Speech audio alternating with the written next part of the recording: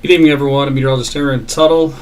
We've got a storm way out in western Oklahoma. It looks like it is going to be tornadic in nature, so a tornado warning will be issued from the National Weather Service to cover that. So let me just finish a couple of things here to notify others that are using my weather apps. I'm going to send them a custom notification that covers, let's say, the western half of Oklahoma.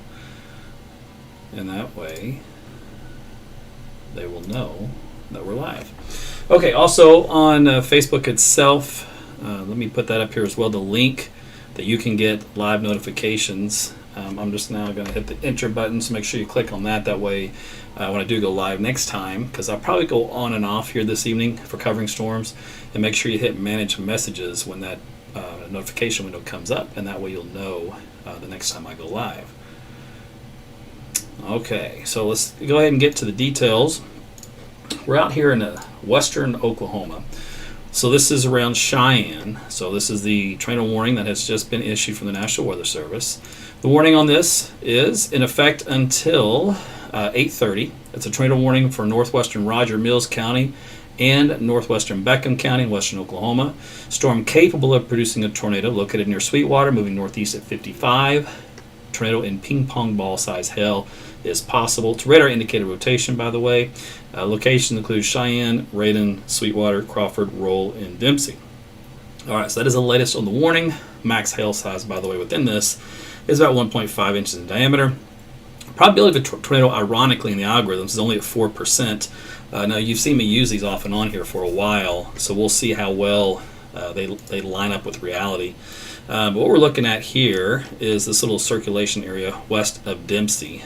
So right now, it's over some open farmland. This current circulation center is, but it's going to be coming up on Highway 30 here momentarily, intersection of East Road 1030. So that'll be the location of this potentially developing tornado. If we do look underneath, okay, new scan just came in. It's a little weaker this time around, which is good news. I like to see the weak signatures on radar.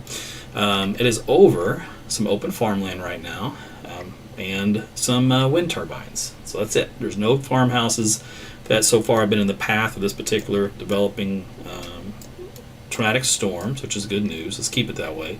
So what we're going to do is we're going to watch this here for a while, and we're going to see if it strengthens or weakens, that kind of deal, and just take it minute by minute. Let's put a storm track on here for you as well. So Camargo is coming in about 8:58, as well as those other towns I mentioned in the path. This is kind of taking the back end of the storm. This is the circulation part. Not necessarily we're going to get the hail, wind, and lightning ahead of it, as that will come in sooner. There are spotters in the area watching for it. Let's see.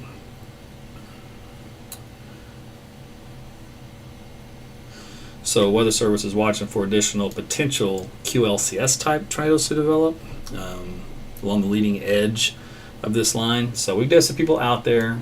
Weather Service is watching it closely, and I'm here with you as well, so we can interpret the data, look at it, calm your nerves, and let you know if there's going to be a problem or not. Now, I'm going to give you the big picture as well, so let me take you to show you Oklahoma City. So Oklahoma City is in the middle part of your screen here, so we're looking way out here into western Oklahoma. All right, so this is where this first round is going to be here for the evening. If you remember, we looked at the model forecast data. It showed storms kind of erupting here, kind of being elongated in this fashion, and kind of moving into a northeast and east fashion, right, and lifting away in northern Oklahoma. Then the models had forecasted a batch down here in Texas developing, and then those drifting northeast, moving into central Oklahoma, probably around midnight or so. So that's probably where we're going to get our storms here in Oklahoma City, is from that secondary round. This first round will pass off to our north and west. But for those of you folks out here in western Oklahoma, you are under the gun for some of these nastier thunderstorms in that area. All right, let's take a look here again at some of the latest. Let's see, I think I've got some times on these tracks here. Roll is at 8:14, Crawford 8:15, and Mackey at, well, currently. Okay, so again, this is out here west of Cheyenne, south of Radon, north of Sweetwater. Come in to Roll. So pretty good little thunderstorm out there, other than just the potential for a tornado would be the hail and damaging winds. So what we're going to have to do, unfortunately, the radar's pretty far away from the storms themselves, so there's going to be a lot of contamination and some range folding and all other kind of radar artifact issues that do happen when a storm is that far away. So it won't give us the best data. And in those cases, it's always good to err on the side of caution. So if you do see any type of rotational structure at all, usually you get in around the mid-levels of the atmosphere, and so you don't have a lot to work with. So in those cases, you can call it a false alarm if you want, but what it basically means is better be safe than sorry, right? So sometimes you get these better be safe than sorry tornado warnings out there that do not touch down, but there was at least rotation enough for a while at a couple levels that were detected in the atmosphere that says we better go ahead and sound it. And also keep in mind they do at least have some spotters in the area, which of course at nighttime is hard to see, but needless to say that is where we're focused out here in western Oklahoma, and they'll look between the lightning strikes and see if they can't see anything. So the rotation track here, just not much there on this last couple of scans at all. Just checking that out, so that's good. This is it was a very weak signature. Matter of fact, I'm going to back up here and show you what it looked like right here. It's the best signature. It came over the border from Texas into Oklahoma, crossed pretty much right over 50. I'd say right over 52 roughly. Let's see, this frame crossed over the highway and it went over this creek, Sweetwater Creek stream. That's probably the best it was. So we're looking at this spot right here. That's where you have your red and your green co-located within that. If we were to estimate rather the wind speeds that would be associated with this, it would be an EF0 to possibly EF1 tornado strength should something occur here. But again, we're up around 8,000 feet, so we're kind of above the layer in which we do like to sample actual tornadic winds. But that was the best shot that it had, and when that happened there, the Weather Service said, all right, let's go ahead and issue a warning. And then the next scan, it got weaker, and the next scan, it got weaker, and here we are. So latest scan, there's not any circulation left over at all in that area. Probability of a tornado also, let's see here, 4%. Probability of hail, 96%. Probability of wind, 92%. So it's a typical severe thunderstorm for Oklahoma, hail and wind. The only issue is, will it produce a tornado? And right now, it looks like it will not, at least in the short term. We'll have to watch this for a few more minutes and see if something changes. But for right now, there is a tornado warning in effect out here as we head out into this part of Roger Mills County. So never discount a tornado warning, never ignore one, even though it may not be producing. Take that as a sign of, one of those, phew, so you don't have to worry so much, even though you are still seeking shelter. So it's kind of it's a deal to where you can let your anxiety drop, right? Big difference, for example, you're taking shelter from a tornado and you're worked up because there's a large tornado, it's on the ground, and it's going to be in your house literally within a minute or two, right? Your anxiety is through the roof. You're in a warning, but one hasn't been cited. There's not one confirmed, and the radar signature has gone away. All of a sudden, you're like, whew, good, you can breathe. So that's the difference, and that's why it's important to analyze Doppler radar very carefully rather than just telling you, tornado warning, freak out. Don't want to do that. That's not the proper play. We want you calm, want you cool, collected, want your brain thinking, want you, to know what your game plan is. We want you to grab kids and pets and all that kind of stuff. Not run around frantic. So I try to give as much warning and lead time as I can, and we break it down for you so that way everybody can have an orderly march to safety. All right, so Weather Service just put out a statement, just confirmed exactly what I told you, which is given the range from the radar and the environment, we're keeping the tornado warning for now and have a fairly broad polygon. The most concerning area is just north of Dempsey at the moment. Also concerned about the Boeing segment in northern Roger Mills County. So like we talked about, with the radar limitations out there, sometimes you just got to keep it going. So that's kind of where we are right now. All right. So there are some other storms within this going through Woodward, by the way. Fort Supply, because that's got a little bit of hail with it, under an inch. Same thing for the two cells there, both north of Woodward. Showers and storms, a little bit of lightning associated with that, no big deal. The biggest, strongest is down toward Roll and Sweetwater in Roger Mills. So You guys up here in northwest Oklahoma, Visi, you'll be in the path of this one here eventually. Let's see, the last note on this is Mac, let's see, Roll 815, Harmon at 855.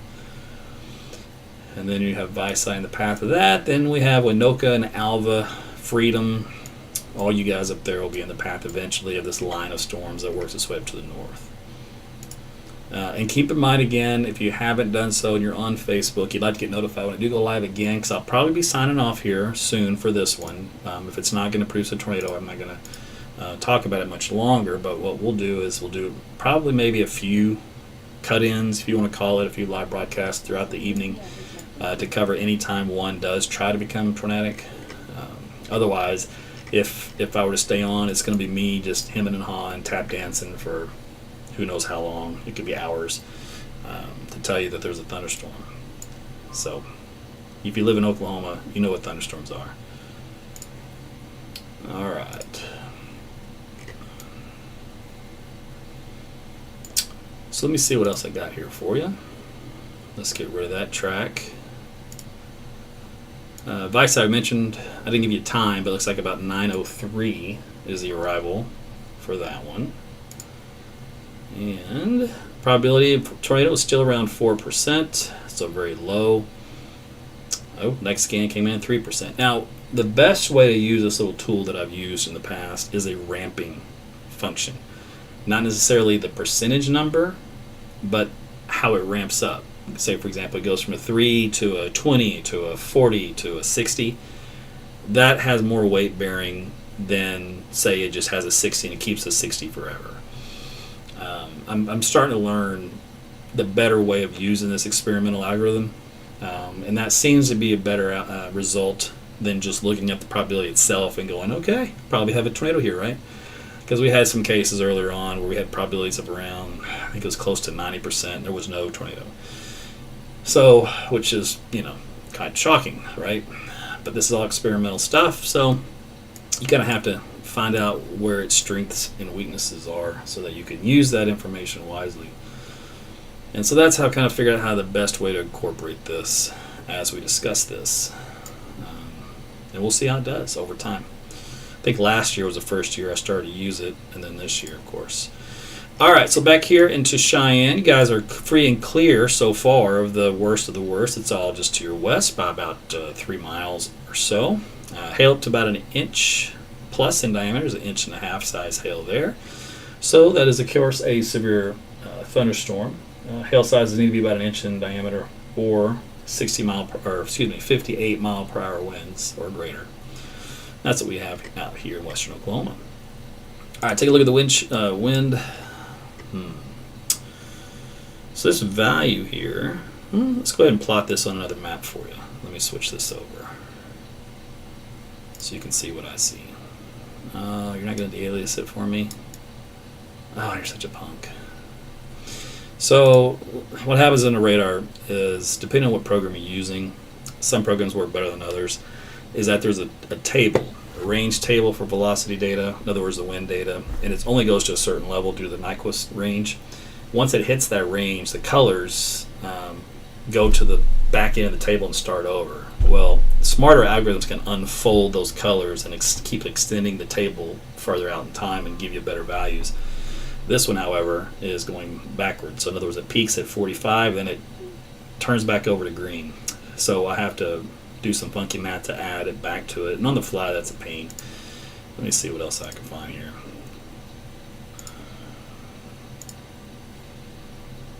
Yeah. Boo. All right. So this one I won't be able to plot it for you, which I was wanting to do.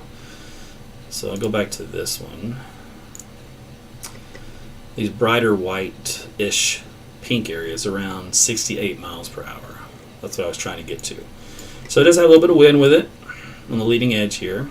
And this is all just coming in west of Cheyenne on Highway 47. And it's also west of Strong City. We're pretty much right up along 283. And that'll be passing east of Roll. So those are your, Mackey's got a little bit of wind there on the east side, but those are your strongest winds right now within this particular storm. And keep in mind, again, I'm I'm up around 8,000 feet. So what you see at 8,000 feet doesn't always translate down to the surface. Matter of fact, it rarely ever does. So you'd have to subtract some arbitrary number of intensity for friction, and then just processes when the weather actually gets down to that level.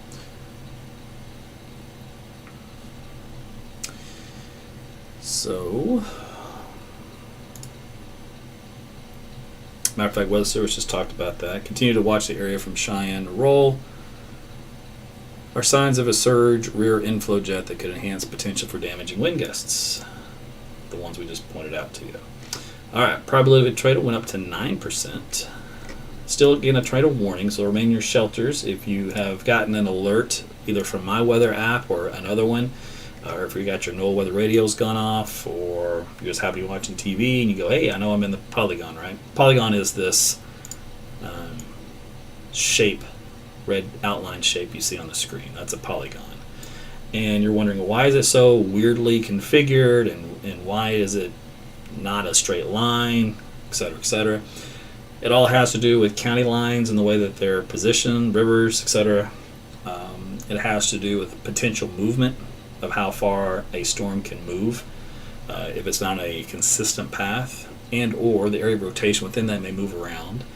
Now typically, and I'll show you this, is within the polygon there will be a line plotted. This line is the best guess estimate of where the tornado will actually track.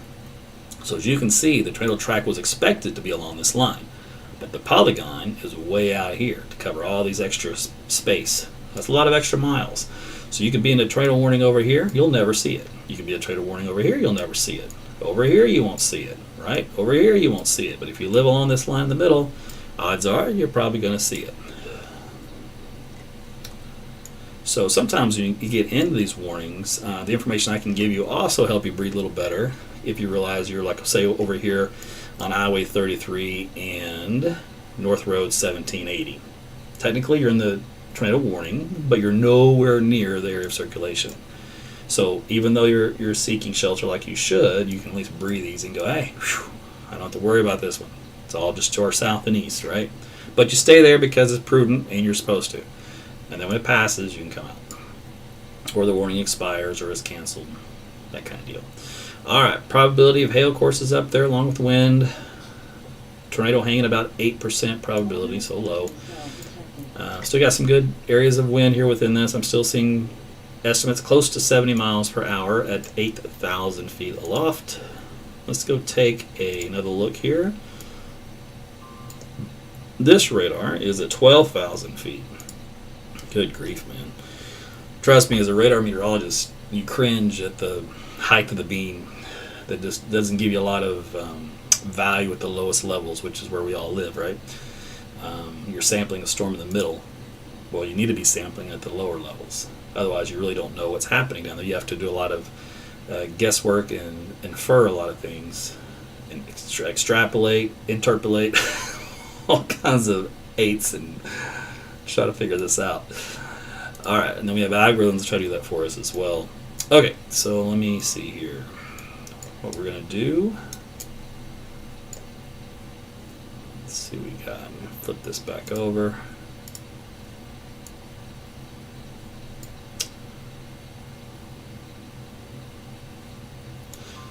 The leading edge of this stronger storm that we're tracking here has a Visay at 832, Camargo 833. Now that's for this leading edge part right here. So we're going to get the lightning and the heaviest rain, and then eventually a little bit of hail. The back end wind, or what was left, the tornado is several miles south of there. But that's kind of how that plays out.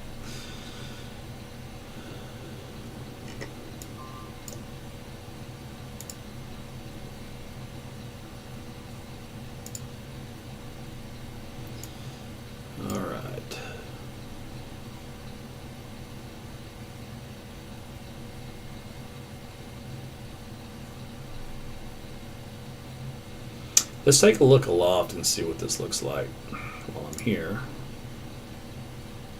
and while you're here. And by the way, welcome.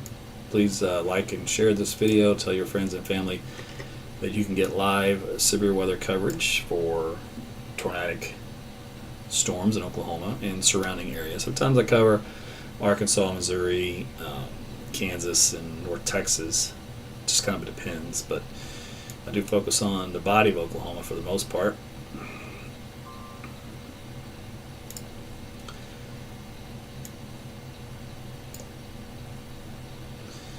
Okay, so this is a three-dimensional view of the storm. And this is actually a great illustration of how you can, when I'm telling you how the beam is not low enough, right?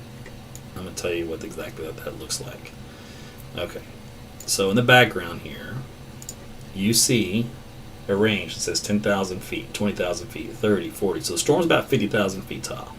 But you look at 10,000 feet, run this white line, there's no data around that line and then underneath it. That means from the surface, so literally a foot off the ground up to 10,000 feet, we've got nothing. We can't see what's happening. And that is why you get those tornado warnings that are basically just in case, because we don't know if there's actually a tornado. All we can visualize is this middle part of the storm. And so we can look at how strong the rotation signature is aloft and then go from there. Now this has a little bit of hail with it. I just plotted the biggest hailstones. It's probably going to be about golf ball size hails, this little pink area. It's just tiny little core. So far it does not have a very large hail core within this. And that's good. Alright, let me do something else here. Let's see how well this works. So this is the winds within the storm. You see those little bright areas of pink? That's where the radar translates the last view that we see down to the ground. So it's not really, these winds aren't really down the ground, but we have to see them visually on a two-dimensional plane. So it takes these values located right here at this level, which is 10,000 feet, and it just plops them underneath it, right at the surface. So that's how we get this bright pink areas, which again is around 70 miles per hour. So we can strip away this data to the strongest winds, and let's see here. So if I go right here, that's 50 knots. So there's a lot of wind within this storm of 50 knots. And you can do a conversion on that, but you're probably over 60 miles per hour. And some of this will come down the surface. So that's how you get your severe storm wind. And then we can also let's do rotation tracks. So this is rotation tracks. We're looking for mid-level circulation. And there is so weak. I can't even find it. It cuts off. I'm in the so weak stage that it can't really detect anything. So there's no rotational columns within this, just little pockets of little mini, probably updraft eddies. So this is a really sad storm, so to speak. In other words, this is on a magnitude of severe weather. This one's on borderline, we call marginally severe, just so you know.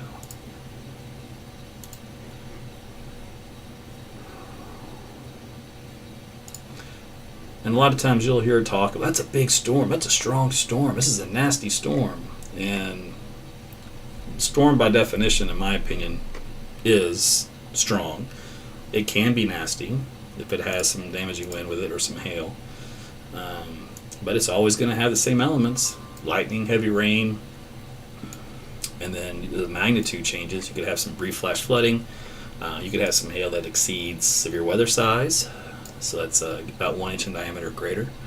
And then you could have the winds that do get up a little higher, 58 miles per hour or greater.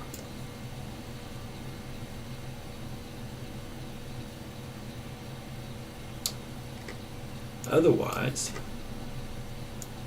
we go through a lot of storms here in Oklahoma. And my guess is probably the biggest thing you'll notice commonality is just lightning. And that's because you lose power, or it flickers, or it's loud and it's scary. Believe it or not, that's actually my one thing I don't like about storms. And it's weird. The tornadoes don't bother me. The hail, because I see it coming. Right? The lightning, I can't see it coming. It's totally random. It's a freak thing. You never know where it strikes. We used to think it was the lazy would strike the tallest object. And in some cases that is still holds true, but not a lot. So it can come down and strike the ground right in front of you. And miss the light pole or the big house or the big tree as well. So it's completely random and it's unpredictable. And I've had some close scares with lightning. So I do not like lightning.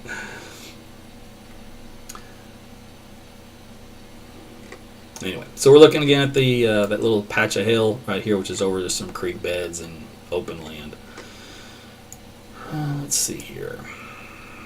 This little probability of a tornado is still back down to 4%. Let's see what the winds look like, rotation-wise.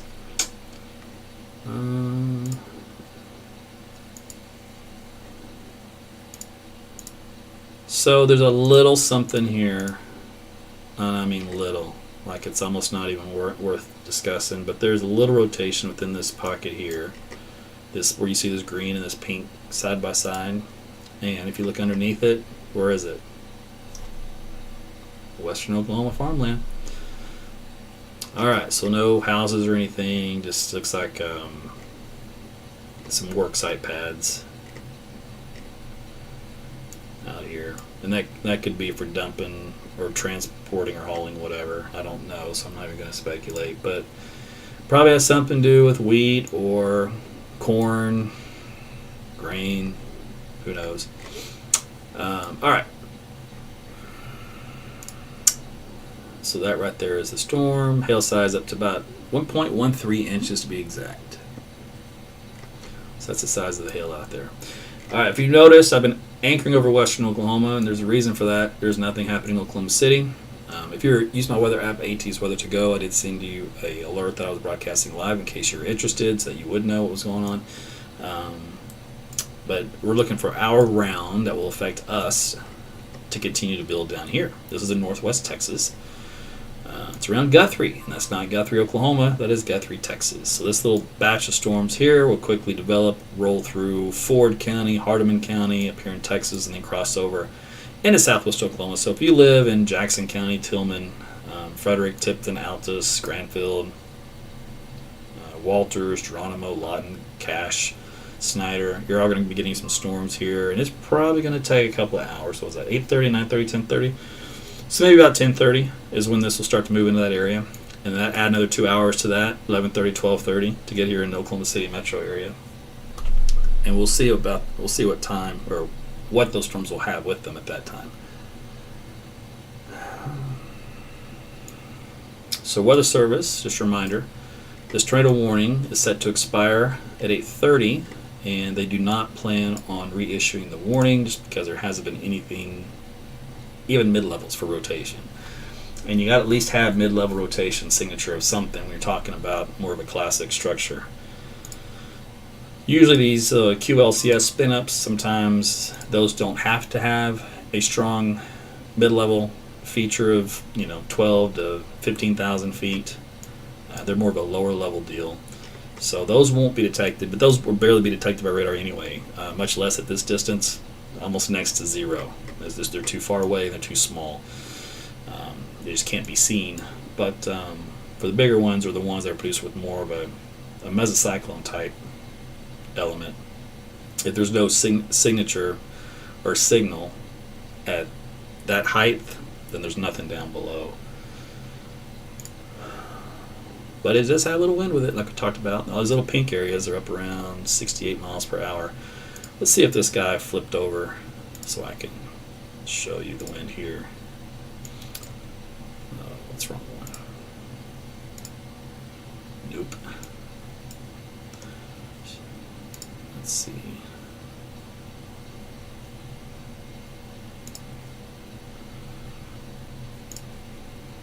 So this is called the downdraft gust potential, and I see this value a lot, right around 60 miles per hour. That's pretty common for storms, severe weather, just because what comes up must come down, right? Or what goes up must come down. There's one up closer to 70. It just shows you what's potentially possible at the ground level.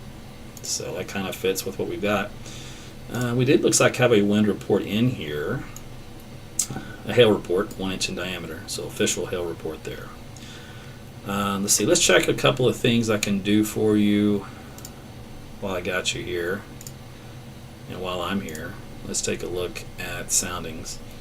Okay, so remember I mentioned we have a pretty strong cap out across this area, what we're focused on. And if you look here at the sounding, this nose right here, this red line that jots, huge cap, man. And that prevents thunderstorms from developing. So the only way to get rid of this cap is you heat the air super hot. Like you have to be in the, what's the cap strength? It's probably around 90. Convective temperature is 94 degrees, all right? 94 degrees, you break the cap. Well, we aren't going to hit 90 this time of year. So you can't do it with that. So then your next best is you have to cool this layer. How do you cool this layer? You have to bring in a storm system in the upper levels from the west. And that brings in colder temperatures aloft. And that will cool it. But it's way out there in New Mexico. So we have to wait for that storm and to move across the Texas Panhandle and get close enough to cool this layer down as we get those storms in northwest Texas to move our direction. So it's kind of a timing thing. This will cool down as those approach. Models seem to indicate that most of this will be eliminated, and which should keep the storms going as they come in here. But so that's what it looks like on the sounding. All right, and then by the way, the hail with that, does that show up on this? Can't see that, can you? Well, that stinks. Let me do this. Well, I'm going to do this. There we go. All right. So this also has a hail estimate size based off the atmosphere, and this right now has a hail in the bracket of about 1 inch, or excuse me, less than 2 inches in diameter. So in other words, about golf ball size hail or less is the majority of the hail. And we talked about that in the model output too. It does not come into the whiskers or the distribution box of greater than 2 inch size hail, which would be giant size hail. So it does not think the atmosphere is capable of giant size hail here in Oklahoma City. So if you're in Oklahoma City and you're seeing that, you can rest assured we do not have the atmosphere that is capable for this by far and large. You can always have some freak event with some really strong storm, but most of them should fit in this region, which is about 1 inch in diameter or so. It does have really good shear though within this forecast sounding, or excuse me, within this balloon sounding. So we do have good turning with height and good speed. So we have, the shear is not the problem necessarily in as far as the speed directional shear combination. However, moisture is an issue. Remember I talked, we had ankle deep moisture today. They're mixed out. This is what that looks like. So not a whole lot of moisture that is deep in here. And that causes the LCLs, or the lifting condensation level of cloud bases, to be pretty high. Now this all should come down with time because we'll have more moisture feed in over the next 6 hours as this event still unfolds. So this will improve a little bit for storms to work with. 8 degrees for the lapse rates is pretty decent for some hail, so we should have no problem with some hail. Let me think. The winds here are kind of chaotic once you get above 500 millibars, so you got a lot of variance here, which, believe it or not, when it comes to tornado genesis, they don't care about that as much as they care about these lower winds here from around 5 kilometers down the surface. So as long as these are turning with height, that's really more than what matters versus up here. This is mainly for structural integrity of a supercell storm. Is it clean? Is it pretty? Do we get that nice classic bean look to it, kidney bean look, or whatever other terminology you may hear, phoenix, or bird, whatever. These winds up here is what denotes how pretty the storm looks, either visually or on radar. And right now they say it's going to look ugly. Could be a mess, congealed mess. But again, the lower levels of what says, you're going to have to watch for a potential tornado. And even here, you can see this is a classic signature, classic supercell structure column right here, and it does not fit into the classic supercell structure aloft. So, and it's even got some little bit of weak winds in this region where it matters too. But so like I said, it's not a perfect ideal situation tonight. It's getting one of those, probably see 1 or 2 kind of a deal. And they should be weak. They should not be anything strong. But that's what we're looking at right now. All right, let me look at a couple other things, because that warning has expired, by the way. So right now I'm just going to see what's new, what's shaking. Nothing's been changed there on the potential tornado or the timing. So through 10 o'clock out here in western Oklahoma, and then 9 p.m. to 1 a.m. through central Oklahoma, and then eastern Oklahoma after that. Let's see here. The dew point values of surging into the looks like upper 60s along the Red River here. So we do have some more decent dew points to kind of advect in here to replace some of these out here that are in the mid 60s. We got mid 60s here at Oklahoma City, 50s out here in northeast Oklahoma. So you could almost look at this as a warm front, and you could kind of do something like, I'm just going to roughly draw this. It's not going to be pretty or perfect, but it's kind of like this is kind of a retreating warm front really, but with the wind field the way it is, it's more of a straight line. But regardless, this is where you have the instability and the moisture returns in this sector, and this sector is still pretty stable and it's still cool and a little drier. Alright, let's see. Nothing there. Satellite viewpoint here shows these cloud tops getting a little bit colder and red for at least a brief period, but then they weaken. See how they less of those deep bright reds and then kind of splits and gets a little weaker right here, the last frame. Indicates storms actually weakened a bit, believe it or not. We'll just have to see what these storms down here start to do, come out of Texas. Let's see. Bad wind profile. Let's see, where am I at? I'm looking at Frederick. So Frederick, when we look at the winds aloft in the atmosphere, and you tell you what, let me do this. We looked at a sounding, right? Remember I showed you that? Well, now I'm going to show you what it looks like on a bad wind profile window. Same idea. You have a southeast surface wind that turns to the west, southwest, up to about 10,000 feet. Great turning with height. You've actually picked up here at 50 knots at around 3,000 to 4,000 feet. That's the low-level jet kicking in.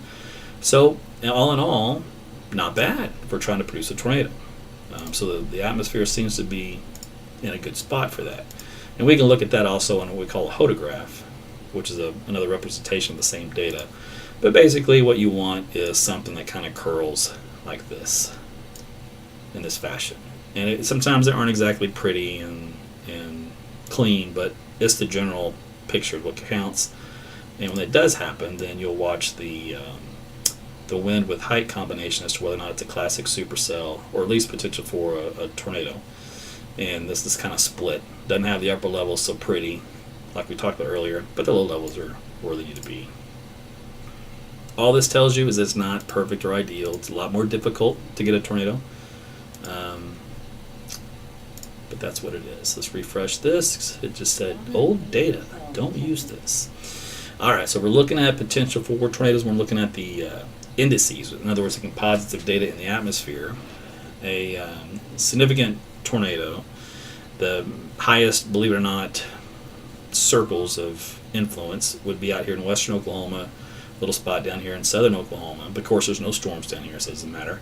And then up here in Kansas, believe it or not, Kansas actually has better conditions for a tornado in that area than we do here. Let's see what else we got. What about hail? Significant hail, again, better up here in Kansas and far northwest Oklahoma. Potential hail size in that area, in Kansas, up to 3 inches. The atmosphere is different up there than it is here in Oklahoma City. Blue is about up to 2 inches down here. We're tracking those storms, and then it's a lot less farther south from there. And then if we look at the environment overall, for potential tornadoes in this region, historically, using similar setup,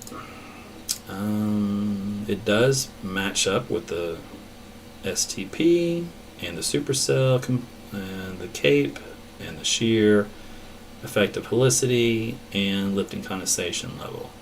So it meets all the categories to produce a tornado. In other words, the environment is favorable. If we look at QLCS line tornadoes, there's insufficient cases to produce statistics. That's not going to help us if we're just to focus on those. If we go to significant tornado, in other words, a stronger winds, this is EF2 or greater, it does not meet the criteria in effective supercell parameter. Again, because of the structure we talked about on the shear, the Cape isn't there. Some of these other categories are there, so it's not ideal. Let's go to discrete cluster. This is more like it. This is the discrete cluster. Is just kind of a hodgepodge. It's not pretty supercells, but they might have embedded tornadoes with them on occasion, and that's where we find ourselves tonight, and it checks off in all the boxes. So that's kind of where we are. So that's the quick look at the climatology for this event.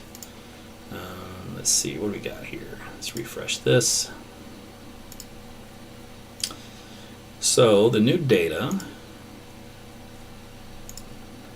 does show that cluster of storms continue to move into Kansas and through northwest Oklahoma, with that new batch moving into southwest Oklahoma over the next couple of hours. And then kind of blowing up west of the metro. And this is late. Man, 7, so it's 8, 9, 10, it's 11 o'clock. It's like I said, it's going to be after midnight. Looks like before that batch moves in. Let's see. I can take a look at this. I already looked at the soundings. I really don't think that's going to help me out any. But I'll look anyways. So I'm curious. No, it's a bad deal. Alt this up. So this is what happens when the planes take off and land. They have instrumentations on them, which we can sometimes plot a decent sounding. In other words, the data with them to find out what the temperature profile in the atmosphere looks like, and or the humidity, for example. And sometimes it works out pretty well, and other times it's a little out to lunch. So, for example, this is Dallas. This is much more reasonable than the Altus one. I don't know what happened there, but the profile matches up nicely. Both the wind, temperature, and dew point shows a nice cap in Dallas, preventing storms right now. Let's see, rotation tracker with time. You can see up here in northwest Oklahoma, we've had a couple there's one little yellow spot there, and then the one we talked about earlier. So there has been just teeny tiny little bit of rotation. Otherwise, in this entire mess, hardly anything to talk about. Let's see, ping reports, nothing there. Alright, so let's go back here to radar. And I'm probably going to sign off here soon once I get my final look. Alright, so this person, funnel cloud spotted off of East-West County Road 69. Brief funnel. Racing east. Or facing east. That was about 5 minutes ago. So that would be on the leading edge of this line. So if anything, he was probably looking at a QLCS type tornado, and I won't be able to see it in the radar data from here. It's too far away. And at nighttime, it's hard to tell, right?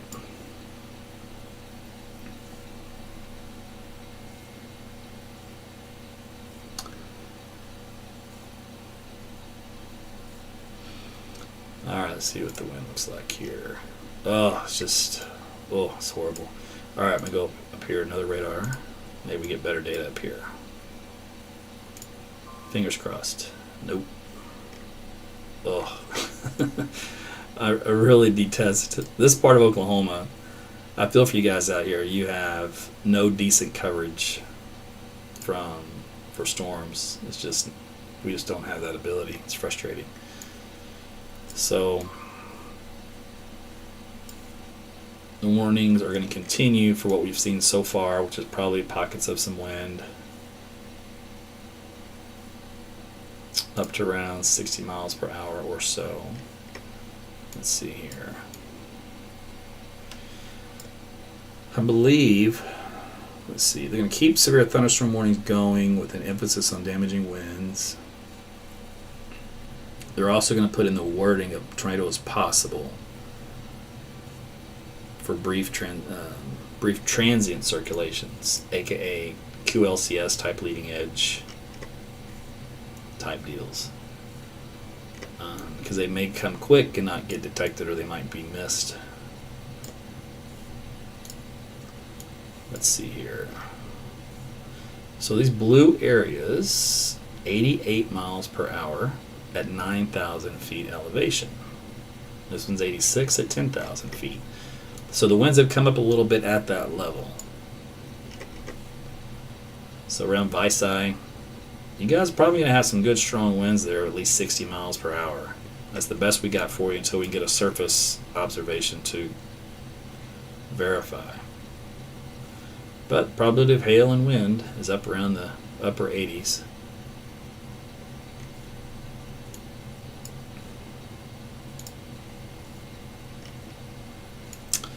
The biggest hail on radar reflectivity structure looks like it's down here, about 1.5 inches.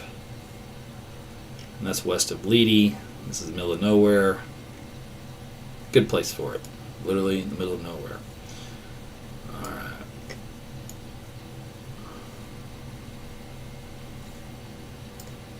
So this structure here has what we call a little bit of a bow echo to it. See this?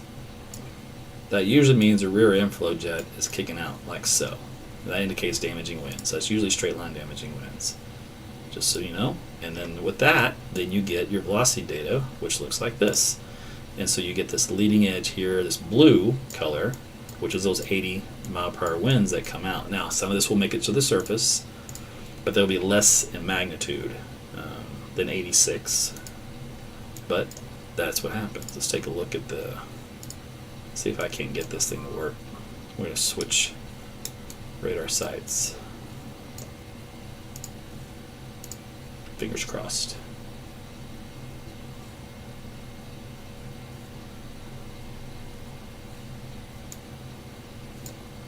Alright, so there's the tornado possible wording on the severe thunderstorm warning, which I'll read for you here in a minute.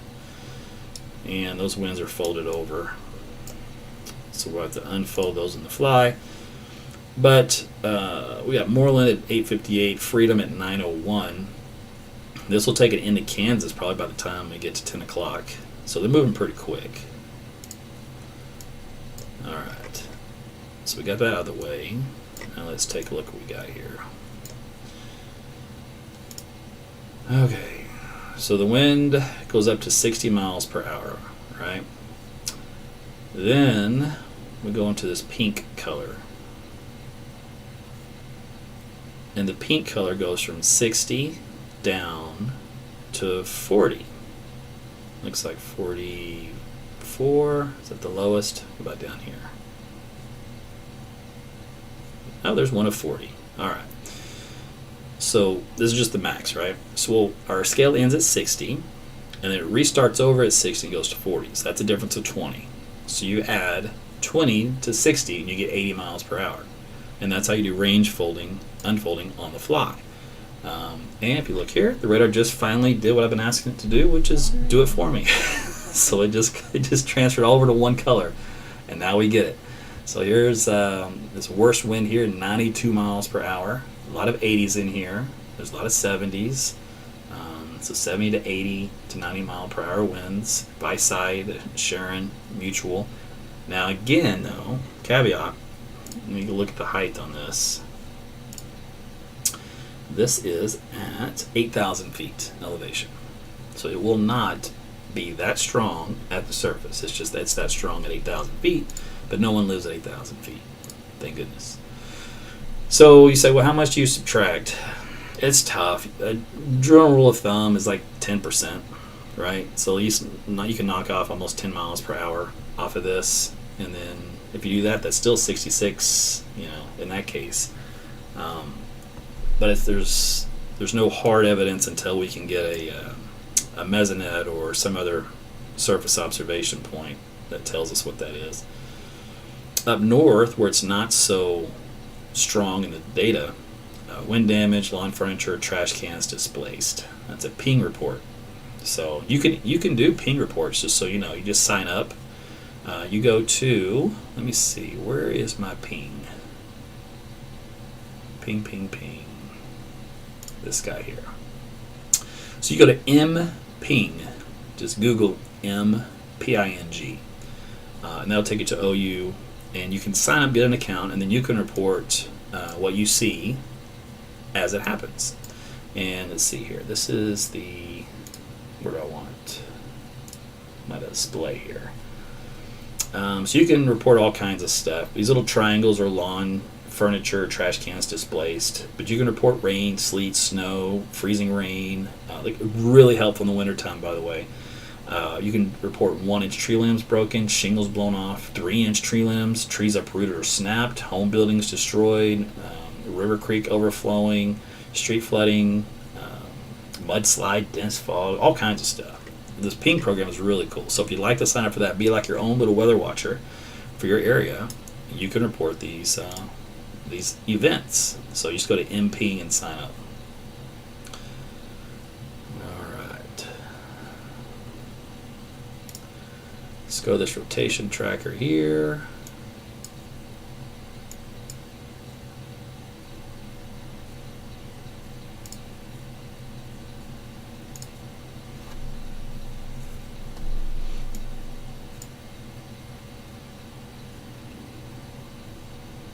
Nothing exciting there. All right. What else do I want? Thinking. Just go back to this guy. All right. So let's do some roadways here, some county roads. So we're going to start this. All right. This is Highway 183. This runs on the east side of Sharon Mutual, and it splits down here to 270, and then comes out of 60 and 51 from Ceiling to Vicei. So it's in this little triangle where our strongest winds are. So some of the county roads in here, really 34 is like the sweet spot for the strong winds, and then points from there east. Let's see, so we've got East Road 510, North Road 2110. This is all just outside of Mutual. Some of these won't show up just because they're so small, may not be labeled well from the mapping software. 2120. Oh, the colors come back over. 570, pretty much just north of Vicei and the county line. You got 2150. If I call it out your roadway out here in this area, you've got some good wind coming. North Road 211, East Road 470. So there you go. So some straight line winds out here in western Oklahoma. This is all just south of Woodward. So if you're in Woodward, you're going, are we going to get some of this? No, not that kind of wind. You have on the south side of town a little bit of wind. Like we had the lawn furniture cans displaced. I think that probably happened with 50 or so. Let's see, what's it? 54, 52. Yeah, so nothing huge. All right, so that's what's going on right now in northwest Oklahoma. By the way, the wording on this, I don't think I've done that one for this one. Let's see, stop.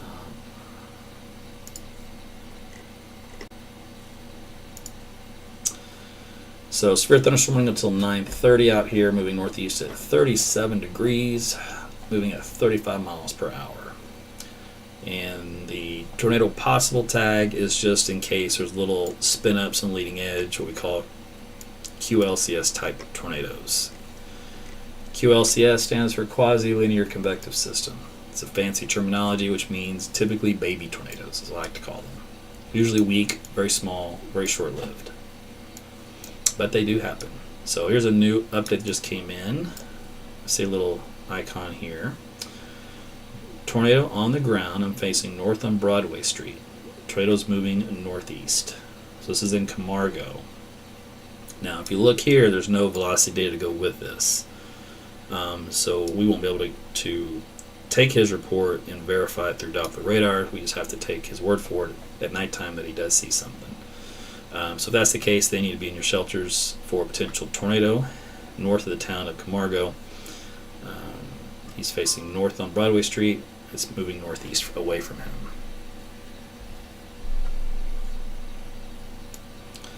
And whatever circulation that would be quickly moving up to Highway 51. And let's see here. So it's probably already past Road 640, and it's eventually coming up on 51, and what would be a cross street for this? 2120, something around that area. Would be for that particular quick moving tornado if it even were to last that long. Let's see if I can find it in this data.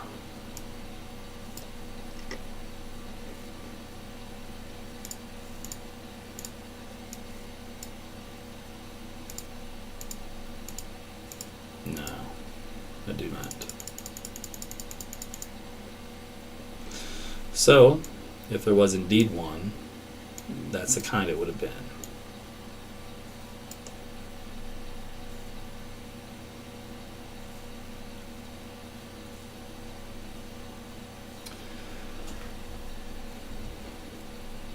And that report is about 4 minutes ago now at this point.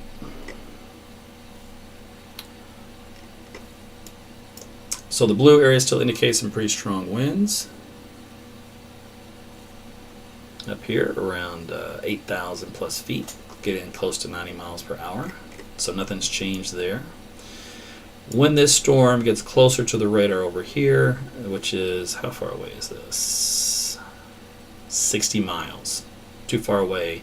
But when it gets, say, within about 20 miles away, it'll be about 2,500 feet off the ground, and that'll be a better approximation of how strong the winds are. All right, let's take a look at what's happened down here in southwest Oklahoma with these storms down here. So we're finally getting some data from these guys. And this is interesting. So here we're looking at about 4,000 feet. So remember the other ones are 8,000 feet. We're at 4,000 feet and we're detecting 77 mile per hour winds in this blue area. There was a Mesonet reply of a 96 mile per hour wind gust. Now that is some straight line winds. So let me go back in time when that occurred and we'll see if we can't match it up with the data. That occurred at 1:43. That's incredible. Okay. Tell you what. All right, so it's got these stronger blue areas of 89 mile per hour winds detected in this pocket from the rear inflow jet in this region. Ironically, the strongest wind was not detected in this area. It was detected far removed from there with a 96 mile per hour wind in Doppler radar estimate of 52 miles per hour. So riddle me that. You would have thought this would have been co-located where the radar said is the strongest winds. So regardless of this displacement issue, at least it does verify there's some nasty winds with this storm cluster down here in Texas. And you see what that looks like on the radar reflectivity, which is just a long line. So this is not a supercell type deal, it's just a straight line, damaging wind type squall line or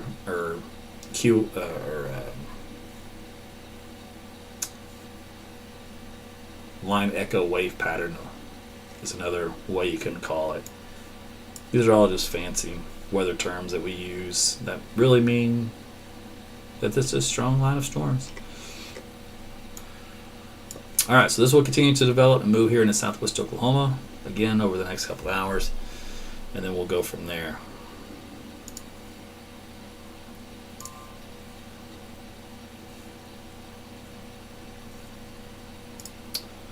Now, can that information translate to what we see up here in northwest Oklahoma? It could, if it were to hit a sensor that could verify that. Or we can get a spotter or a ping estimate that says, yeah, I just had some damaging winds here and I've lost a big tree, right? But until that report comes in, we really won't know. So you broad brush it, you paint it with 70 plus mile per hour winds, and call it good until we get something that says otherwise.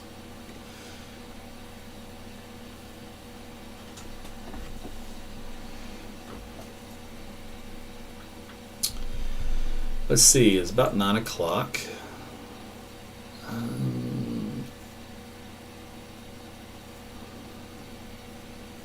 At this point,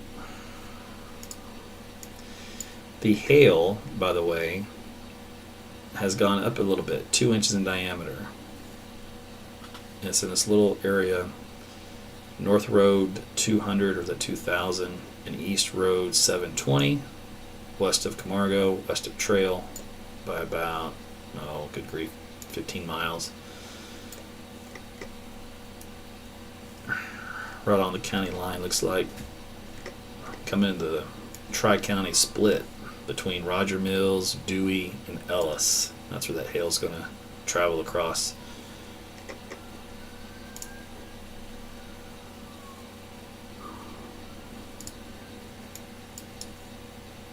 Let's see, this will give me what I want here.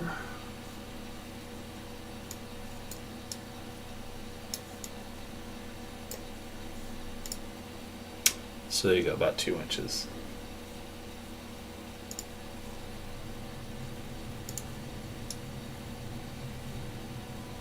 If you notice, that's the only big hail core in this line. This one up here north kind of weakened a bit.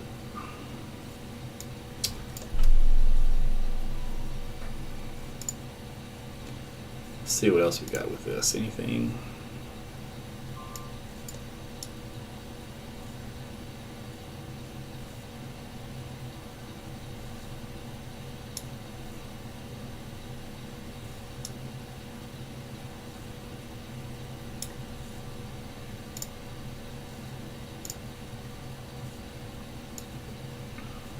See how our winds are doing. Let's check those out.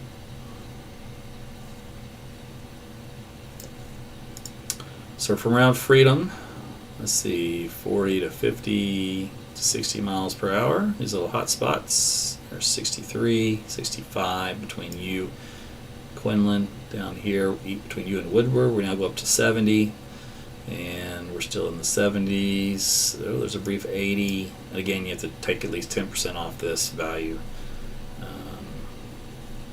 So 70s near 80 in this whole area. So there you go.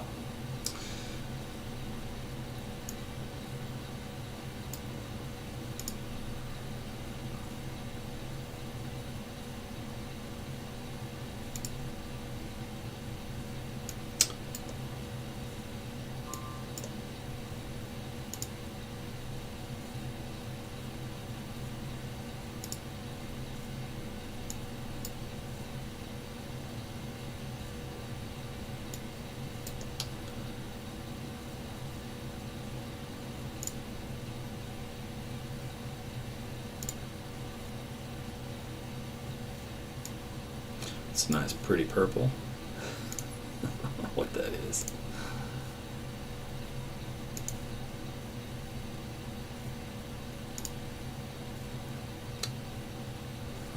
All right. Here's a storm track kind of for the leading edge of this. So to cover a lot more towns, but Camargo, of course, basically now. Then you've got Quinlan, Sealing, Avard, Alva, Caper, Mutual, Winoka, Kiowa, Tacoma, Hazleton, all between now through 10 o'clock. Now, this will be getting closer to the radar at this point in time. By the time we head to the 9:30 half hour, and the wind estimates will be much more exact by that point.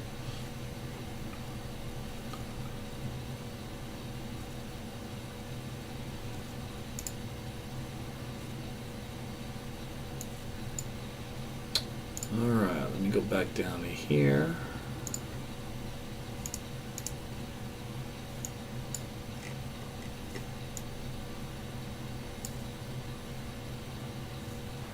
What number is this? Y1. So Y1 is the cell ID, just so you know. So what happens is we can watch the trend. So Y1, the trend, 60 dBz, it's pretty flat. The Ville's gone up for some big hail there for a minute, dropped down, back up, back down. And the echo tops, the storm was actually taller and stronger about 15 minutes ago than it is now. So overall, the storm has gone through kind of a either static, stationary to slightly strengthening phase with some ups and downs. Its meso depth from 20 to 50, 40. All right. So this one should continue to produce some hail and be the strong end of the line. And it could eventually be something that tries to turn tornadic because it's in the favorable environment, favorable position, the way it's positioned and set to do something. Not going to be anytime soon though, but that's where you'd watch to see if that changes.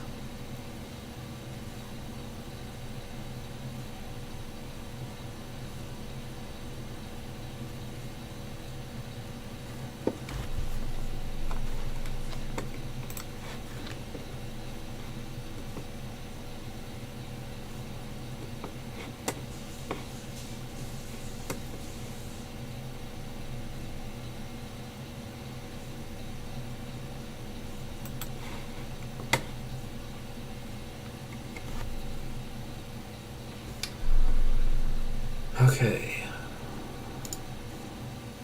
let's do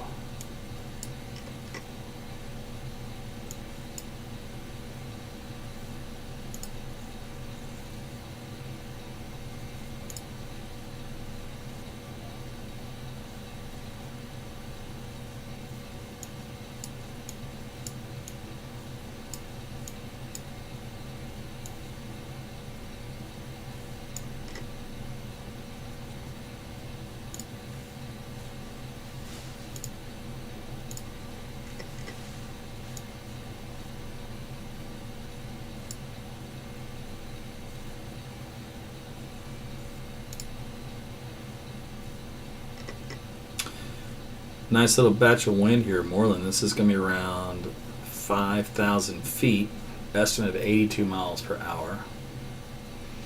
So again, about 10% rule roughly. You're still looking about 70 or so mile per hour winds.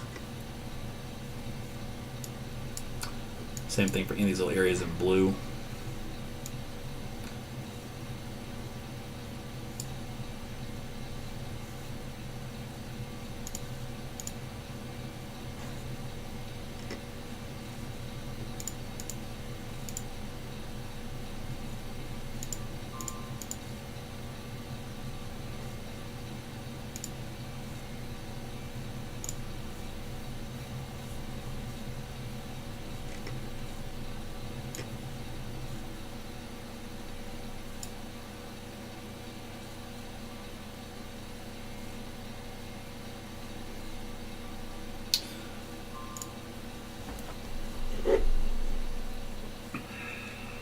Alright, so I think at this point, until something changes, we're looking at just kind of a straight line wind event up here in northwest Oklahoma with this little batch of storms rolling it through from southwest to northeast. So from Kiowa to Alva, Waynoka, to east of Viside. That's basically where this track is going to be for the next hour. So you can expect those types of winds. And then, of course, the heavy rain and the lightning, etc., etc. And then back down here into northwest Texas. That's going to be crossing over the Red River here in a couple hours. These have also had some pretty destructive winds with them at times. We did have a report of 96 from the West Texas Mesonet. So it jumped from 60 to 96. Looking at the observation.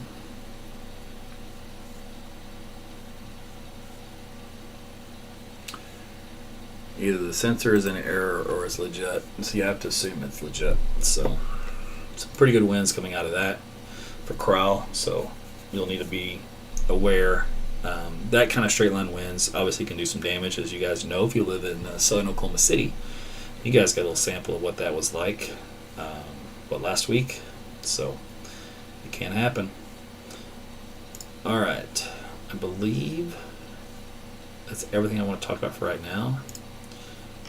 So I'll keep an eye on this behind the scenes, and if I see a reason to cut in or do another broadcast, I'll be back on live. Otherwise, expect kind of more of the same out here. In Oklahoma City, it's going to be a minute.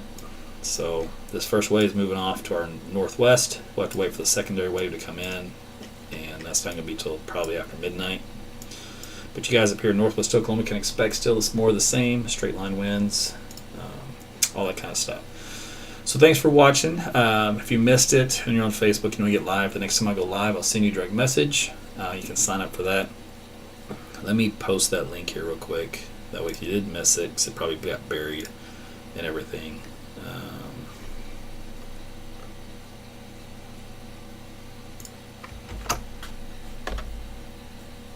Alright, so that's just got posted. So if you're having trouble getting notifications when I do go live, or if you're new and you want to make sure you get them, click on that link and then hit manage messages, and you'll get signed up for the next one. And then if you're on YouTube, of course, YouTube always does you guys good at letting you know when I go live.